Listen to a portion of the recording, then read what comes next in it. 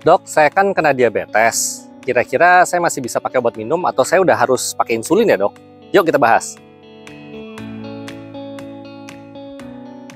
Ada 3 indikasi ya, kategori indikasi menurut saya. Nomor 1, indikasi mutlak yang nggak bisa ditolak lah istilahnya ya. Sebisa mungkin ya. Ya pasien sih berhak sih untuk menolak, cuman resikonya tinggi kalau ditolak.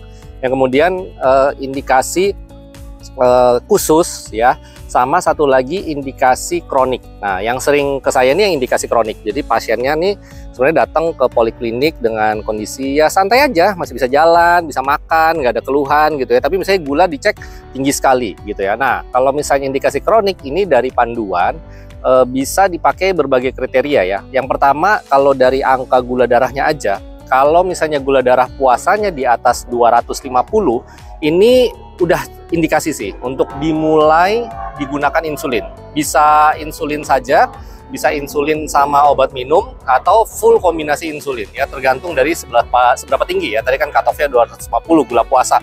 Karena kalau gula belum makan apa-apa aja udah setinggi itu, ya itu kayaknya agak susah ya ngejernya ya pakai obat minum. Karena masing-masing obat minum untuk menurunkan gula darah itu ada keterbatasan untuk menurunkan gula darah gitu ya. Sementara kalau insulin kan nggak ada dosis maksimal ya, selama gulanya masih tinggi insulinnya masih bisa dinaikin gitu ya. Nah, kemudian yang dikasih angka yang kedua adalah angka HbA1c. Nah, ini juga sudah diatur dalam berbagai panduan, termasuk dari ketentuan BPJS kapan pasien di cover untuk mendapatkan insulin, yang notabene kalau beli sendiri tuh insulin karena hormon mahal ya gitu ya. Jadi dari panduan itu kalau diperiksa HbA1c atau rata-rata gula darah 3 bulan terakhirnya itu 9% ke atas angkanya. Nah, itu sudah boleh untuk mendapatkan terapi insulin ya.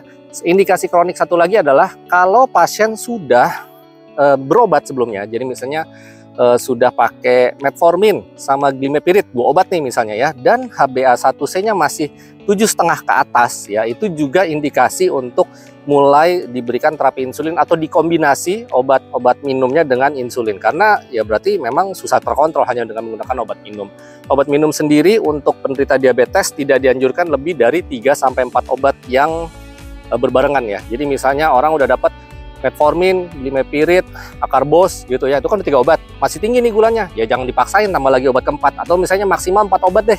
Tapi kalau misalnya udah butuh obat lebih dari segitu banyak ya, tentu harus dimulai insulin ya. Nah, sekarang itu indikasi kronik yang paling sering. Yang kemudian kategori indikasi mutlak. Nah, ini adalah kondisi kegawat daruratan gula. Jadi biasanya pasiennya datang ke UGD, sesak napas, penurunan kesadaran, ya dehidrasi.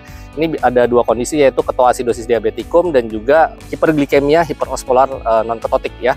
Jadi HHS ya, hiperglikemik hiperosmolar state ya lebih tepatnya ya. Nah, ini pasiennya biasanya kritis kondisinya ya, ke unit gawat darurat, gulanya tinggi banget di atas 300, bahkan kadang di atas 600.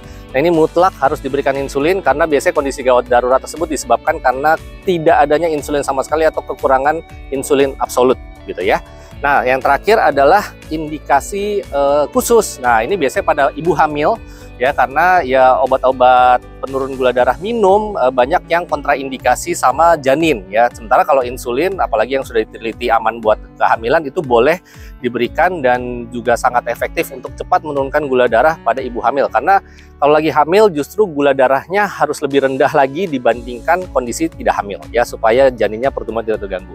Satu lagi adalah kondisi perioperatif. Jadi pasien mau operasi, ternyata gulanya tinggi banget, besok udah mesti operasi. Nah, yang paling cepat menurunnya insulin. Nah, itu juga kita berikan supaya pasien operasinya tidak tertunda dan mudah-mudahan tidak ada resiko terkait gula darah yang tinggi sebelum operasi.